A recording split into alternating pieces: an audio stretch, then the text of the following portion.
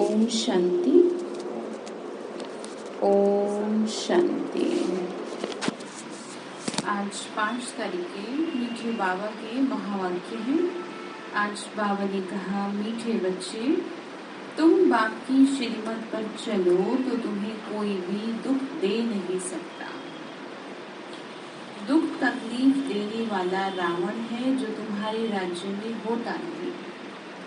बाबा बोल रहे हैं, बच्चे मेरी बात मानो, ठीक है। हर तरह दुखों से बचोगे। कितना फोर्सफुली आपको समझा रहे हैं। कल कितनी बार ये शब्द था, श्रीमत श्रीमत।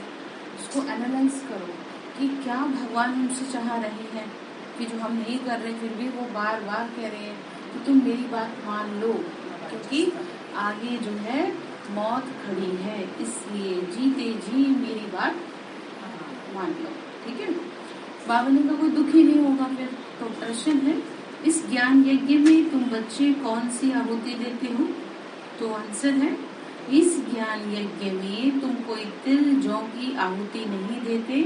इसमें तुम्हें देह सहित जो कुछ भी है वह सब आहुति देनी है, अर्थात बुद्धि से सब भुला देना है। बुद्धि से क्या करेंगे? सब भुला देंगे। इस यज्ञ की संभाल पवित्र रहने वाले ब्राह्मण ही कर सकते हैं। जो पवित्र ब्राह्मण बनते वही फिर ब्राह्मण सो देवता बनते। बाबा का यज्ञ है ना, इसीलिए उन्होंने पवित्र आत्माओं को बिठाया है। क्यों? क्योंकि वो बिल्कुल पवित्र है, वो निश्चल पावन है, वो एकदम स्वच्छ है। किसी भी तरह से शिव बाबा के लिए ये नहीं कहा जाता कि उनमें कोई कुछ लगता है, राग द्वेष या किसी तरह का कोई विकार, ठीक है। किसी भी तरह से नहीं, एकदम स्वच्छ है। तो इसीलिए कह रहे तुमको भी स्वच्छ बनना है। तो गीत है, तुम्हें पाके हमने जहां पा लिया, जमी तो जमी आसमां पा लिया। भगवान मिल गया तो अभी किसी की कोई इच्छा है तो बताओ क्या इच्छा है? इस दुनिया में कुछ है? कोई भी ऐसी चीज नहीं है कि जिसको आपको पाने की इच्छा करनी चाहिए, क्योंकि सब कुछ नाशवान है, शरीर सहित। और इसी उधेड़ बुन में लग रहे हैं, सब भाग रहे हैं। सुबह उठते हैं, भागम भाग रहती है। कोई नहीं सोचता कि थोड़ा सा रुको, स्टॉप हो। रेड लाइट होती है ना, तो यहाँ पर भी रेड लाइट जलनी चाहिए, ठीक है।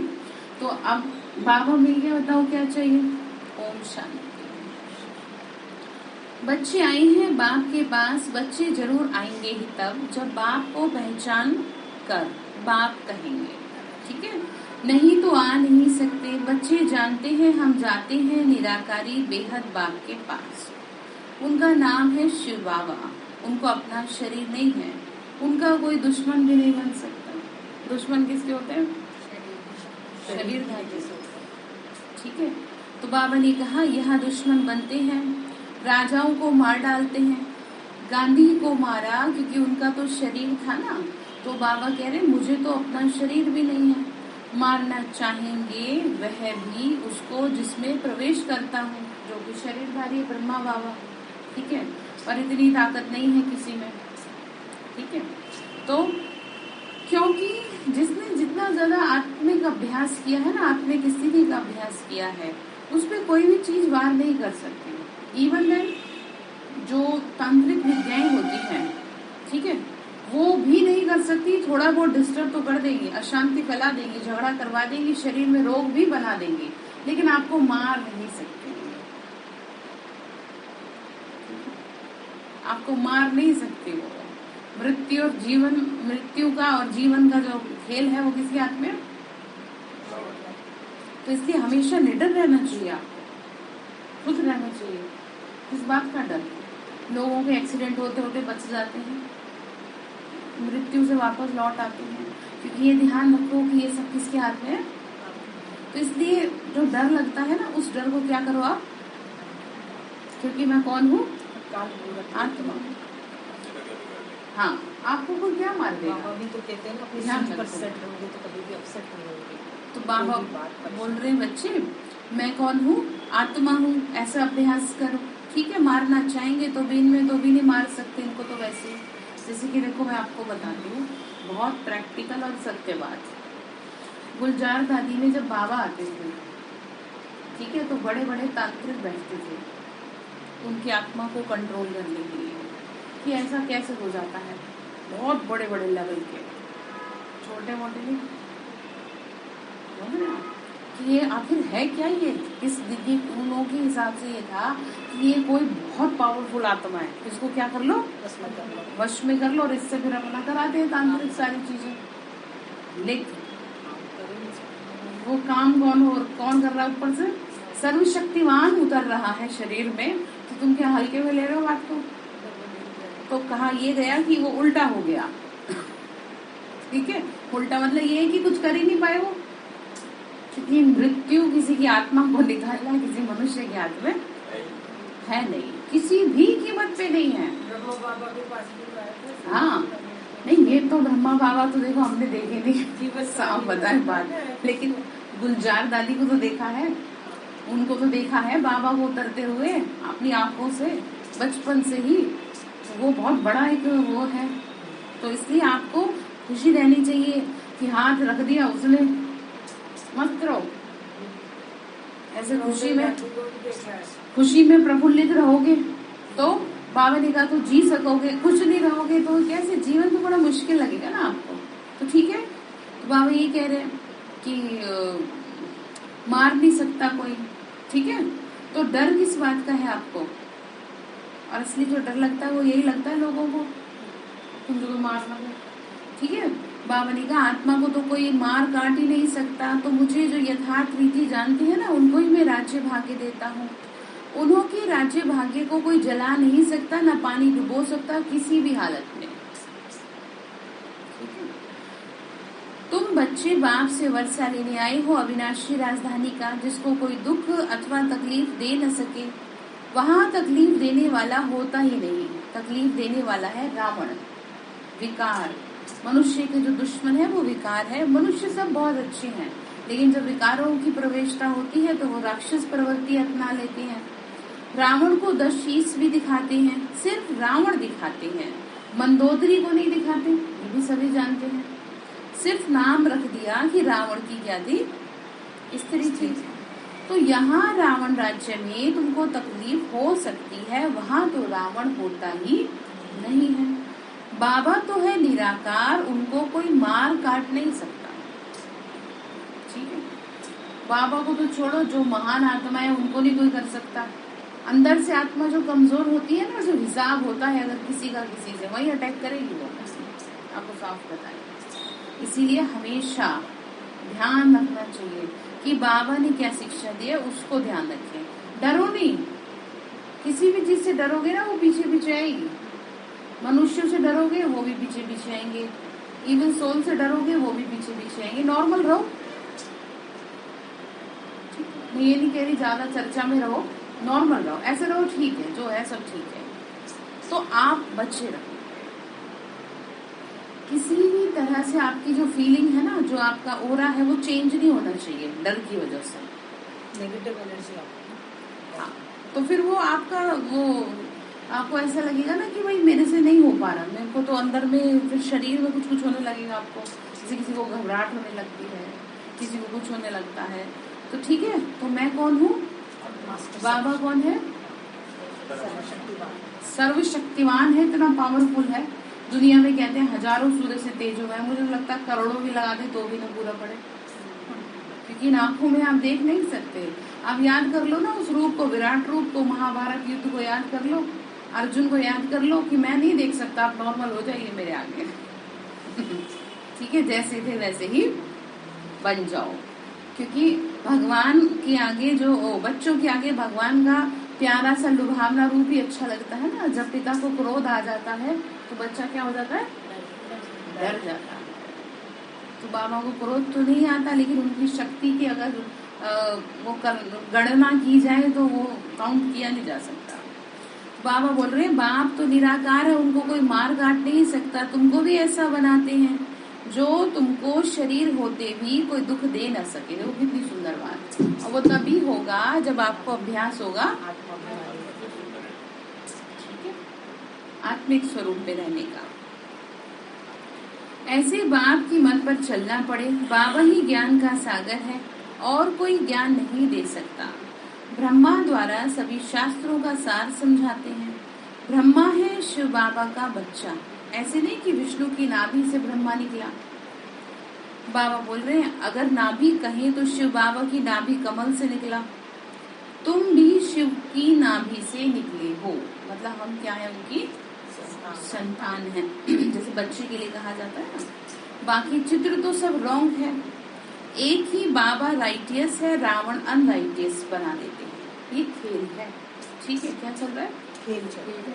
इसको सीरियस मत लो, और जिन बातों को सीरियस लेना वो आप लेते हो, एंजॉय करना, ठीक है। हाँ, नाभि का शिव बाबा का पहली बार सुना कि ब्रह्मा की नाभि से। हाँ, कहते तो ब्रह्मा की नाभि से कई बार है, लेकिन अर्थ ये है यहाँ पर कि हम सभी भी क्या है, परमात्मा की नाभि अर्थात उनकी संतान है। उनसे ही तो उत्पन्न हुए हैं। बाबा ना होते, क्यों शिवरात्रि पे कहते हैं कि हमारा भी जन्म देना, आपका भी जन्म देना, क्योंकि आप बाबा ना होते तो हम ना होते। और सबसे बड़ी बात, हमें पहचान न होती। जब तक बच्चे को पिता की पहचान नहीं है तब तक जीवन व्यर्थ है। तो नाभि का मतलब यही है कि हम सभी शिव बाबा की संतान हैं, ठीक है। उन्हीं से निकले, अर्थात उनके बच्चे आत्मा है, ठीक है। शरीर नहीं है, तो वो ब्रह्मा के लिए ऐसे कह देते हैं क्योंकि ये बात जो है शास्त्रों में वर्णित है। ये शब्द इसलिए यहाँ पर यूज किया गया है। इस खेल को तुम ही जानते हो, कब से रावण राज्य शुरू हुआ, कैसे मनुष्य गिरते गिरते गिर ही गए, ऊपर में कोई चढ़ न सके, ठीक है। बाबा के पास जाने का जो रास्ता बताते हैं ना, वह और ही जंगल में डाल देते हैं, क्योंकि रास्ता जानते ही नहीं है बाबा के घर का और स्वर्ग का। जो भी गुरु आदि हैं सब हठ योगी हैं, घर बार छोड़ देते हैं। बाबा छुड़ाते नहीं हैं, कहते हैं पवित्र बनो। कुमार और कुमारी पवित्र हैं। द्रौपदी पुकारती है कि बाबा हमको बचाओ, हम पवित्र बनकर कृष्णपुरी में जाना चाहते हैं, ठीक है। क्या कह रहे हैं? क्यों पवित्र? क्योंकि वो पवित्र दुनिया है ना। जैसी जगह में आप जाओगे आपको वैसे स्टैंडर्ड अपनाना पड़ेगा। देखो, हर किसी ने अपने स्टैंडर्ड के हिसाब से अपने आप को मेंटेन कर रखा है। तो बाबा भी कह रहे हैं आप सतयुग की दुनिया का स्टैंडर्ड लेवल देख लो और खुद को देख लो, क्योंकि तुम वहां पे जाने वाले हो अब, ठीक है। क्या देख लो जरा इनको कि जैसे ये उठते बैठते हैं, हमारा भी ऐसे है, हमारी चाल चलन, हमारी बोलचाल ऐसे है, या हम तो चलते भी ऐसे हैं जो लोगों को पता चल जाए कि आ गए। वो करते हैं ना, चप्पल बजा बजा के चलते हैं, खाना खाते हैं, बर्तन बजाते हैं। कितना ज्यादा, मतलब छोटी छोटी चीजों को क्या करने की जरूरत है, ध्यान रखने की जरूरत। ऐसे तो संस्कार आएंगे, कैसे आएंगे? देखो, ये संस्कार तब वैसे आते हैं जब बच्चा छोटा होता है, तो माँ भरती है कि बेटा ऐसे खा, ऐसे चल, ऐसे पहन। तो आप सबकी माँ कौन है? बाबा। वो आपके अंदर क्या कर रहे हैं? वहां पे जन्म लेंगे ना, जन्म तो लेंगे, तो वहां पे जन्म ले के लिए अभी से आपके अंदर जो 16 कला है, उनमें एक एक कला ये भी है, उठने की कला, बैठने की कला, भोजन करने की कला, देखने की भी कला है कि आप किसी से आई कांटेक्ट कैसा रखते हैं। बात समझ में आ रही है? तो 16 कला में बहुत छोटी छोटी परफेक्शंस यहीं से लेके जाएंगे, तब जहाँ वहां जन्म लेगी आत्मा, तो धीरे धीरे जैसी बड़ी होगी तो देवता बन के उभरेगी। तो ठीक है, तो छोटी छोटी बातों का ध्यान रखेंगे। ये नहीं कीजिए, ये भी ध्यान रखें अब कैसे खा रहे हैं। देवता ही संस्कार कैसे भरेंगे बताओ? संस्कार तो भरने पड़ेंगे ना आप में, बहुत आराम से, प्यार से। कभी दीदी दादियों को देखा करो खाते हुए, तो आपको समझ में आएगा कि कैसे भोजन करते हैं, ठीक है। सीखना है ना, यहीं पे सीखेंगे तो आपको फिर पता चलेगा। तो फिर क्या कहा, कन्याएं भी पुकारती हैं, माँ बाप तंग करते हैं, मारते हैं कि शादी करनी होगी। बाबा ने कहा कन्याएं भी बंधेली हैं, तुम पुकारती रहती हो कि भाई हमें बाबा बचाओ। पहले माँ बाप कन्या के पांव पड़ते हैं, क्योंकि खुद को पतित और कन्या को पावन समझते हैं, पुकारते हैं कि पतित पावन आओ, और फिर ही कन्या को क्या कर देते हैं, वो पतित बनाते हैं। तो फिर कन्या पुकारती है कि हमको बचाओ। अब बाबा कहते कुमारियां पतित न बनो, नहीं तो फिर पुकारना पड़ेगा, तुम अपने को बचाना है। ठीक है, खुद को क्या करना है, बचाना एट एनी कॉस्ट, चाहे जग वैरी हो। ये अपने आप पे चलनी पड़ती है हिम्मत, वैसे नहीं करते लोग। डाइवोर्स के बाद भी अकेले रहने की हिम्मत रखते हैं। कहाँ से आ जाती है हिम्मत, खुद में आ जाती है हिम्मत अकेले जीवन जीने की। और यहाँ तो भगवान साथ दे रहा है, तो फिर किस बात की टेंशन। तो बाबा ने कहा तुम फिर नहीं तो पुकारोगे, परेशान होगी, तुम अपने को बचाना है तुमको। ठीक है, आई है पावन बनाने, कहते हैं स्वर्ग की बादशाही का वर्षा देने आया हूँ। ठीक है, इसीलिए पवित्र बनना पड़े। बहुत है जो सिंगल रह रहे हैं, वो तो जिम्मेदारियों से भागते हैं कि ना तो हम भगवान का बनेंगे, ना हम जो है शादी करेंगे। तो वो भी गलत है, एक तरफ तो होना पड़े, नहीं तो समाज में फिर परेशानी हो जाएगी रहने के लिए। तो बाबा ने कहा तुम मेरे बच्चे हो, तुमको मैंने इतना सुंदर रास्ता दिखाया है, तो तुम पवित्रता को अपनाओ, इससे अच्छा क्या है बताओ। पतित बनते हो तो पतित होकर मरेंगे। क्या कहा, पतित बनते हो तो पतित होकर मरेंगे। बाबा की देखो रोज रोज नए नए शब्द निकल रहे हैं, नोट डाउन करने वाली बात है ये। तो विकारों के वशीभूत अगर आप हुए तो ये सोच लो, फिर बाबा ने कहा कि मृत्यु कैसी होगी। कल एक बात जो मुझे बार बार वो कर रही थी कि बाबा ने कहा कि बक्सा बना लो किसका, पुण्य कर्म का। कितनी सुंदर बात मुझे ही बार बार कर रही थी ये कि कैसे पॉइंट एकदम आ गया कि कम से कम ये तो नहीं डर रहेगा कि हमारे पास कुछ अच्छा है नहीं। मृत्यु से पहले मतलब आप वो खुशी से जिएंगे, फिर ये तो खुशी रहेगी कि हाँ हमने पुण्य कर्म किए हैं। क्योंकि जो अंतिम समय होगा ना, उसमें सबसे ज्यादा डर पैदा करेगा पाप, मतलब त्राही करेगा मनुष्य। ये बाबा के महावाक्य, पाप की वजह से तड़फेगा। तो हमें तो ज्ञान मिला है, तो हम सब क्यों न क्या करें, पुण्य कर्म पे काम करें। ठीक है, लोग अपने खाने पीने में लगे, आप किस में लगो, पुण्य जमा करें, कैसे भी करो, मतलब आप ना जैसे कहते हैं ना कि जुगाड़ करो। बाबा ने इतना अच्छा मानसा का दिया है, प्रकाश का। हाँ, आप घर में अपने नियम बनाओ, सारा दिन बस ऐसे चलता रहता है आपका डेली रूटीन। जीवन वो है जो ईश्वरीय सेवा में लगे। कहते हैं ना, जीना उसका जीना है जो औरों को जीवन देता है। शुभ भावना, शुभकामना करते रहो। कुछ भी करें आपको जो सही लगता है, और कुछ तो अच्छा करें, पॉइंट ये है। तो फिर क्या कह रहे हैं कि स्वर्ग के सुख बाबा ने कहा देख नहीं सकेंगे। स्वर्ग में तो बहुत मौज है, हीरे जवाहरातों के महल है, वही राधे कृष्ण फिर लक्ष्मी नारायण बनते हैं। तो लक्ष्मी नारायण को भी इतना प्यार करना चाहिए।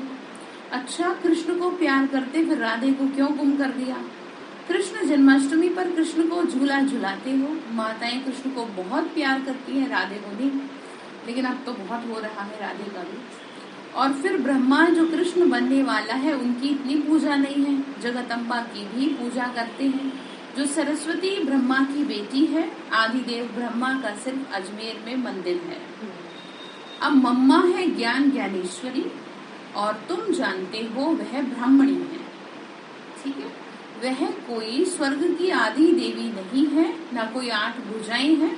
8 भुजाओं से मतलब है 8 शक्तियां जो आप सबके अंदर है। बस आपकी शक्तियां सो जाती हैं, आप में बहुत ताकत है।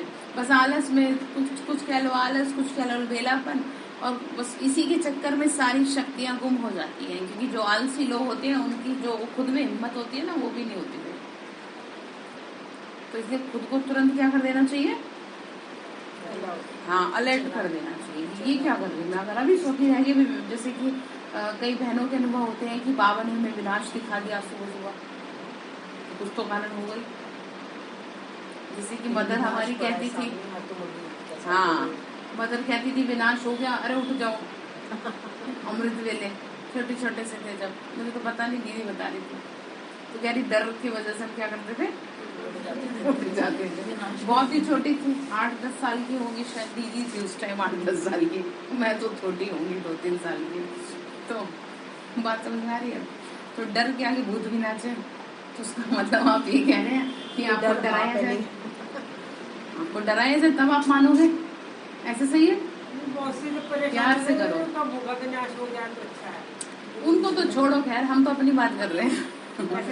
हम तो अपना करें ना। पुरुषार्थ मैंने कितना। हाँ, हम अब दुनिया वालों में क्या दिमाग लगाए, हमें तो ये देखना है कि बाबा खड़ा है सामने और हम फिर भी नहीं कर रहे, हम फिर भी सो रहे हैं, हम फिर भी अलबेले हो रखे हैं। ठीक है, तो फिर क्या कह रहे हैं कि बाबा कहते हैं माया के राज्य में तो झूठ ही झूठ है, ना कोई 8 भुजाएं हैं, मंदिर में 8 भुजाएं दिखाई हैं, तो झूठ है सब। कहते हैं बाबा कि एक बाप ही सत्य है जो सत्य बताती है मनुष्य से देवता बनाने के लिए। उस जिस्मानी ब्राह्मणों द्वारा जो तुम कथाएं आदि सुनते सुनते इस हालत में पहुंच गए हो, कितनी कथा शास्त्र सुने, सब रामायण भागवत कहाँ जाते हैं, लेकिन अंदर कुछ नहीं पड़ता, बस ऐसे ऐसे झूमते रहते हैं। ठीक है, कंद रस बड़ा अच्छा आता है, अरे ये तो बताओ आपने अंदर में क्या धारण किया, वो क्या होता है, वो किसी को नहीं पता। अब यहाँ आप पे कितना आपको अलर्ट रखा जा रहा है, तो कोई आपसे प्यार करता है इतना, कौन है वो? एक दिन आप उदास होते हो तुरंत आपको पूछते हैं क्या हो गया आपको, घर में 4 दिन तक पड़े रहो कोई ना पूछे। अब आप समझ लो प्यार कौन करता है आपको, सच्चा वाला प्यार, जबकि आपसे कुछ स्वार्थ नहीं है। तो जो ज्यादा प्यार करता है उसकी तरफ ज्यादा टाइम देना चाहिए ना, और आप उसकी तरफ उतना सा टाइम देते हो और ऑलमोस्ट हम तो बाबा के बच्चे ना संगम पे हैं, तो हमें तो समझना चाहिए कि जो मुझे प्यार करता है मैं उसको उसके पास ज्यादा से ज्यादा टाइम स्पेंड करूँ, मुश्किल से 1 घंटा, और वो भी अगर सुबह आ गए तो कहेंगे अब शाम को क्या करें। जैसे क्या कर रहे हैं, बहुत बड़ा एहसान कर रहे हैं। अब ये देखो ना कि भगवान आपको प्यार करता है और आप ये सोच रहे हैं कि वो तो आए सेंटर, क्या होगा। तो फिर देख लो आप, फिर मेरे से मत कहना कि बाबा ने ये नहीं किया वो नहीं किया, तो बाबा जाने फिर आप जानो, मैं बीच में नहीं। ठीक है, तो अपने प्यार का इजहार करेंगे किससे, उससे प्यार होता है, उसको बढ़िया बढ़िया खिलाते हैं बना बना के। अब यहाँ तो बाबा ही घर में बनेगा जो है, लेकिन आप अपने घर में तो बना ही सकते हो। तो मेरे कहने का मतलब ये प्यार का इजहार करें बाबा से कि हम आपसे बहुत प्यार करते हैं, और प्यार को किसी तरह तो दिखाएं। 2-4 दिन पहले कहा था ना, रिटर्न दो, कुछ तो ऐसा हो जो भगवान कहे अरे वाह तुमने तो बड़ा अच्छा किया। ठीक है, अब क्या कह रहे हैं फिर, क्योंकि मौत अब सामने खड़ा है तो मेरे से ही प्रेम करो, बाकियों से जो है ना आपने जो तार बांध रखी है ना सबसे कट कर दो, क्योंकि जो है मौत खड़ी है। अब दूसरों में किसी भी देहधारी में, ध्यान से सुनना, किसी भी देहधारी में अब बुद्धि लगाने का समय नहीं है। आपका फायदा इसी में है कि आप सबसे बुद्धि हटा लो, ये बात लिख लो, अब मौत सामने खड़ी है। इसीलिए मेरे को बाबा से क्या करना है, प्रेम करना है, अब बाबा के साथ ही टाइम स्पेंड करना है। ठीक है, अब बाबा कह रहे बच्चे देखो झाड़ जो है ना जर्जरीभूत अवस्था को पाया है, अब कलयुग के अंत में कल्प के संगम पर मैं आता हूँ, मैं युगे युगे नहीं आता, मैं कच्छ मच्छ अवतार 12 अवतार नहीं लेता हूँ, मैं कण कण में नहीं रहता हूँ, तुम आत्माएं भी कण कण में नहीं आते हो, तो मैं कैसे जाऊंगा। मनुष्य तन लिया है तो मनुष्य ही तन वापस लेंगे। मनुष्य के लिए कहते हैं वह जानवर भी बनते हैं, वह तो अनेक योनियां गिनती नहीं कर सकते। तो अब बाबा कहते हैं राइट बात, अब मैं तुमको समझाता हूँ। ठीक है, कि मैं तुम्हारा पिता हूँ और मैं ऊपर में बैठा हूँ और वहीं से सारी शक्तियां तुमको देता हूँ। ठीक है, क्योंकि कोई छोटी मोटी चीज थोड़ी है वो, आप इसको ऐसे समझो जैसे जो योगी आत्माएं होती हैं वो ही नहीं कहीं किसी के यहाँ जाती, न किसी के हाथ का पानी पीते, न किसी के हाथ का खाते, और वो तो सर्वशक्तिवान है, एकदम पवित्र है, कैसे कहीं वो करेगा, कैसे मनुष्य तो छोड़ो जानवर में आएगा। थोड़ा सा कॉमन सेंस लगाने की जरूरत है कि ये कैसे पॉसिबल है। कोई छोटा मोटा साधु महात्मा के लिए कहते हैं भाई दूर रहो, पत्थर की मूर्तियों के लिए कहते हैं आप दूर रहो, और वो तो साक्षात भगवान है। थोड़ा फीलिंग में लाओ, कौन है वो, साक्षात भगवान है। महसूस करो कि बिल्कुल आप उसके छत्र छाया में बैठे हो, और जैसे कि बहुत बड़ी जैसे फ्लश लाइट होती है ना, वैसी बाबा की लाइट है और आप पे पड़ रही है, ऐसे बस महसूस करो कि ऐसा वातावरण क्रिएट हो गया है। तो फिर क्या कह रहे हैं, वह तो अनेक योनियां हैं, गिनती नहीं कर सकते। बाबा ने कहा देखो अब तुम जज कर लो आप खुद बुद्धिमान हो, खुद डिसाइड कीजिए क्या सही है क्या गलत है। 84 लाख जन्म सत्य है या झूठ है? इस झूठी दुनिया में सच कहाँ से आया? सच तो एक ही होता है और वो है बाप, पिता, भगवान। मनुष्य झूठ है, ठीक है। कभी कहा भगवान झूठा, मनुष्य झूठा, ठीक है ना। कहते ना झूठी माया झूठी काया, झूठा सब संसार। कभी ये सुना है कि भगवान झूठा? क्योंकि मनुष्य की प्रवृत्ति है झूठ। आकर सत्य असत्य का निर्णय करते हैं। माया ने तुमको असत्य बना दिया है, बाबा आकर सत्य बनाते। अब तुम जज करो कि क्या सही है। तुम्हारे इतने गुरु गोसाई राइट या एक बाबा राइट? कितना सुनते हैं, कितना शास्त्र पढ़ते हैं, सबकी सुनो, मना कुछ नहीं है, डिसीजन खुद लो। आप स्वयं बुद्धिमान है। तो कोर्स कराते हैं तो ये बात समझानी चाहिए वो किसी को ज्ञान सुनाने वाले जो भी हैं, सेवा करते हैं और बाहर में, कि मैं तो आपको जो बात बताई हुई निराकार परमात्मा द्वारा बताई गई है। आप खुद बुद्धिमान है, खुद डिसाइड कर लो कि क्या सही है। भगवान सब में है या भगवान एक है जो परम धाम में रहता है? आप खुद समझिए ना, अपनी बात थोपो मत, ठीक है। उसी के ऊपर डाल लो, तो आप खुद ही देख लो। आपको जो ठीक लगता है आप फिर समझ लें, फिर कल आ जाना। तो उसको बुद्धि में बैठा हुआ तो आएगा, और नहीं तो कहेगा मेरे तो कुछ समझ ही नहीं आया, ठीक है। तो ये करना होता है। फिर क्या कहा, वहाँ बेकायदा बाबा ने कहा बाप ही राइट है और राइट इस दुनिया आपके लिए बना रहे। वहाँ बेकायदा कोई काम नहीं होता, वहाँ किसी को विष नहीं मिलता। अब तुम समझ रहे हो ना कि तुम देवी देवता थे। महसूस करो, खुद को देखो, मुकुटधारी बैठे हो, ठीक है। या ऐसे बैठे हो परेशान से, मुकुटधारी आत्माएं हो, चेहरा मुस्कुराता रहे आपका, ठीक है। ऐसे स्वयं को बीच बीच में फीलिंग में ले आओ कि जैसे मैंने मुकुट पहन रखा और मैं देवताई ड्रेस में बैठी हूँ, ठीक है। पुकारते भी हो कि आओ, तो अब आए हैं, तो बात तो मानो। कौन कह रहा? तब तो तुम लक्ष्मी नारायण आदि को पूजते हैं ना। भारत में ही पवित्र राजाएं थे, अब अपवित्र हैं, पवित्र को पूजते हैं। अब बाबा आकर तुमको महाराजा महारानी बनाते हैं, तो तुमको पुरुषार्थ करना चाहिए। बाकी 8 भुजा वाला तो कोई होता नहीं है। लक्ष्मी नारायण की भी 2 भुजाएं हैं। चित्रों में फिर नारायण को सांवरा, लक्ष्मी को गोरा दिखाते हैं। हाँ जी, क्या कह रहे हैं आप? यही करो, नहीं वो तो कोई बात नहीं, चित्रों में, हाँ ठीक है। अब फिर क्या कह रहे हैं कि अब एक पवित्र एक अपवित्र कैसे हो सकता है? तो इसका मतलब दोनों ही पवित्र है। तो हमारा चित्र देखो कितना सुंदर है, क्यों ना आप दोनों को खड़ा कर दिया जाए यहाँ पर, है भाई जी?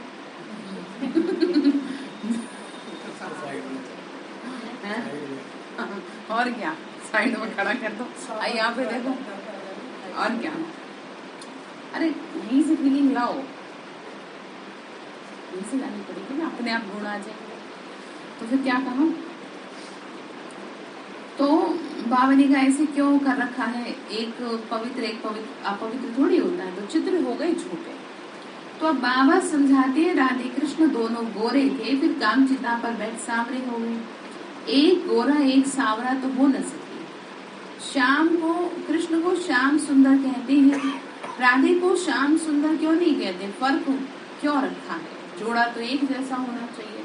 दिमाग लगाने की बात है। देखो, एक को काला बना दिया, एक को सफेद बना दिया, और जबकि श्री कृष्ण कितने अट्रैक्टिव हैं।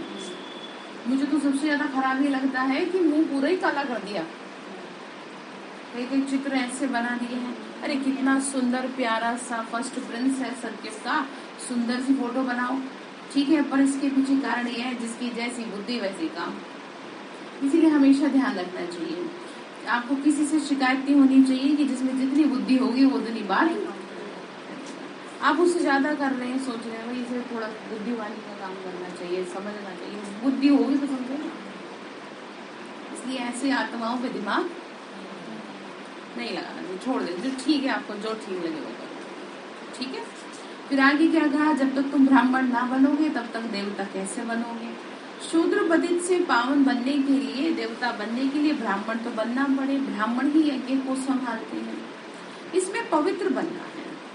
बाकी कोई तिल जो आदि इकट्ठे करके नहीं रखना, वैसे यज्ञ में डाले जाते हैं, तिल, जौ और घी, इन तीनों का अर्थ है तिल अर्थात मन, घी अर्थात धन, जौ अर्थात तन।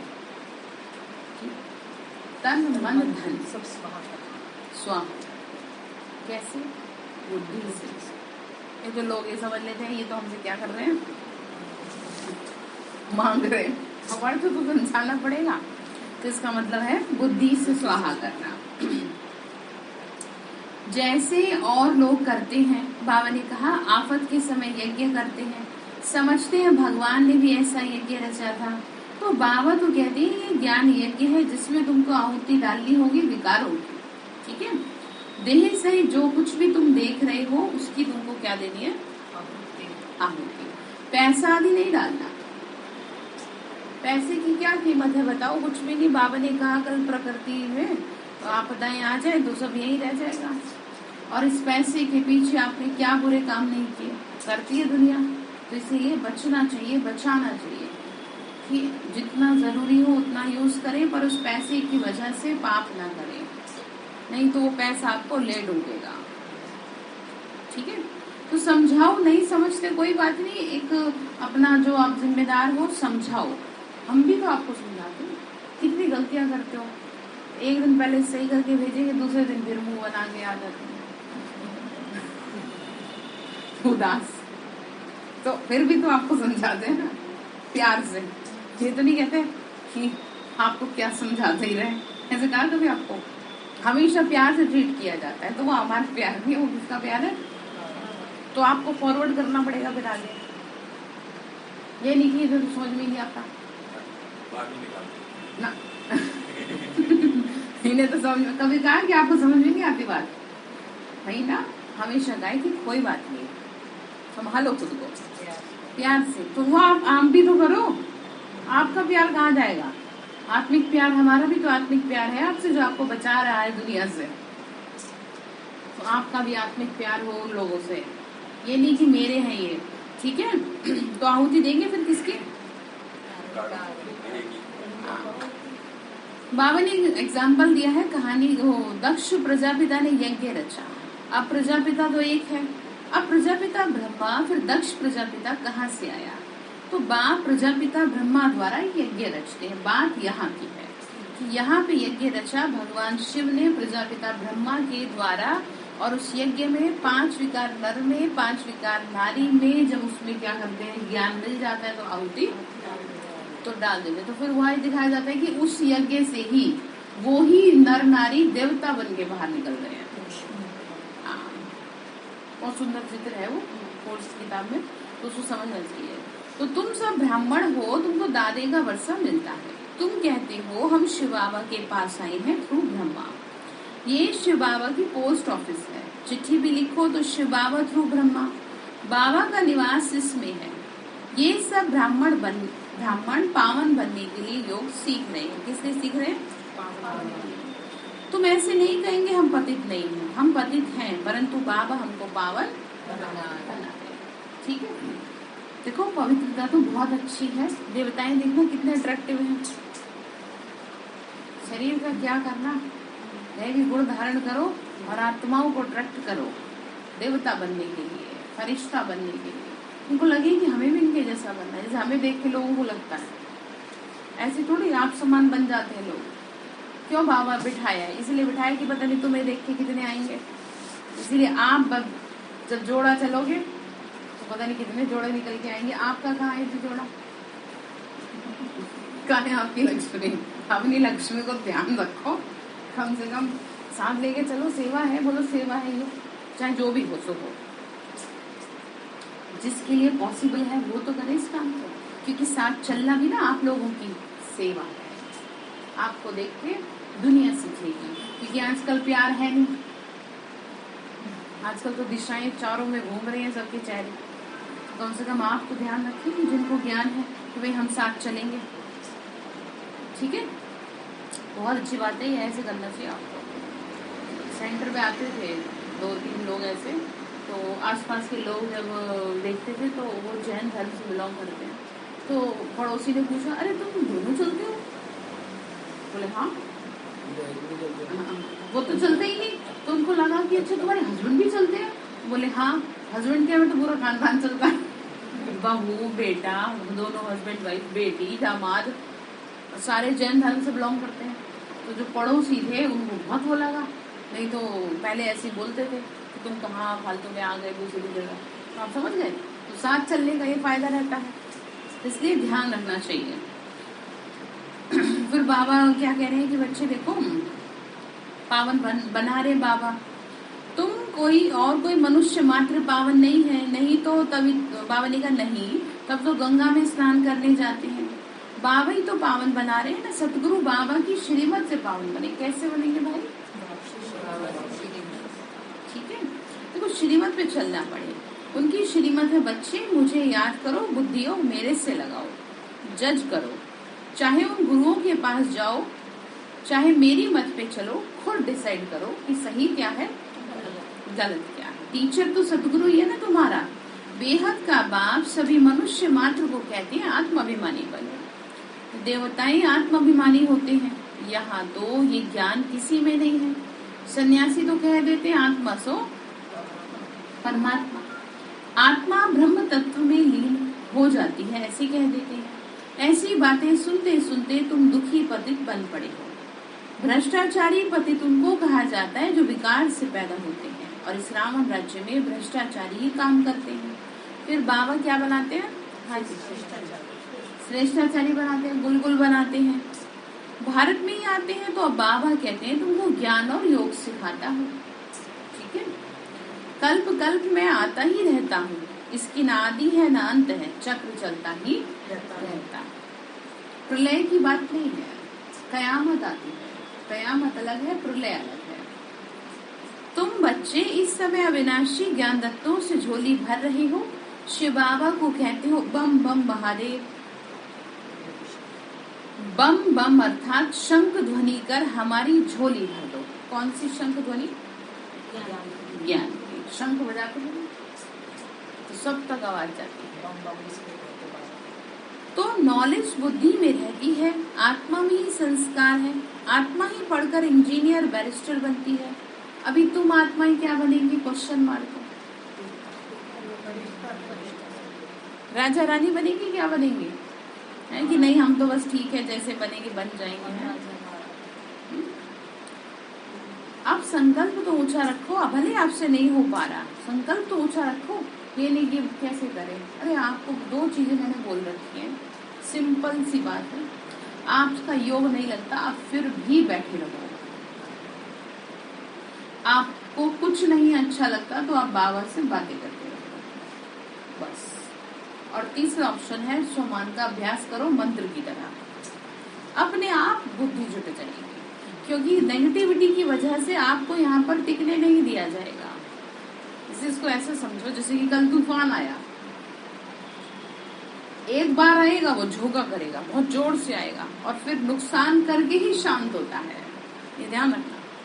जैसे अटैक पड़ता है, बीपी हाई हुआ, बहुत हाई हुआ और तो हार्ट पे आ गया सारा, और फिर अपने आप धीरे से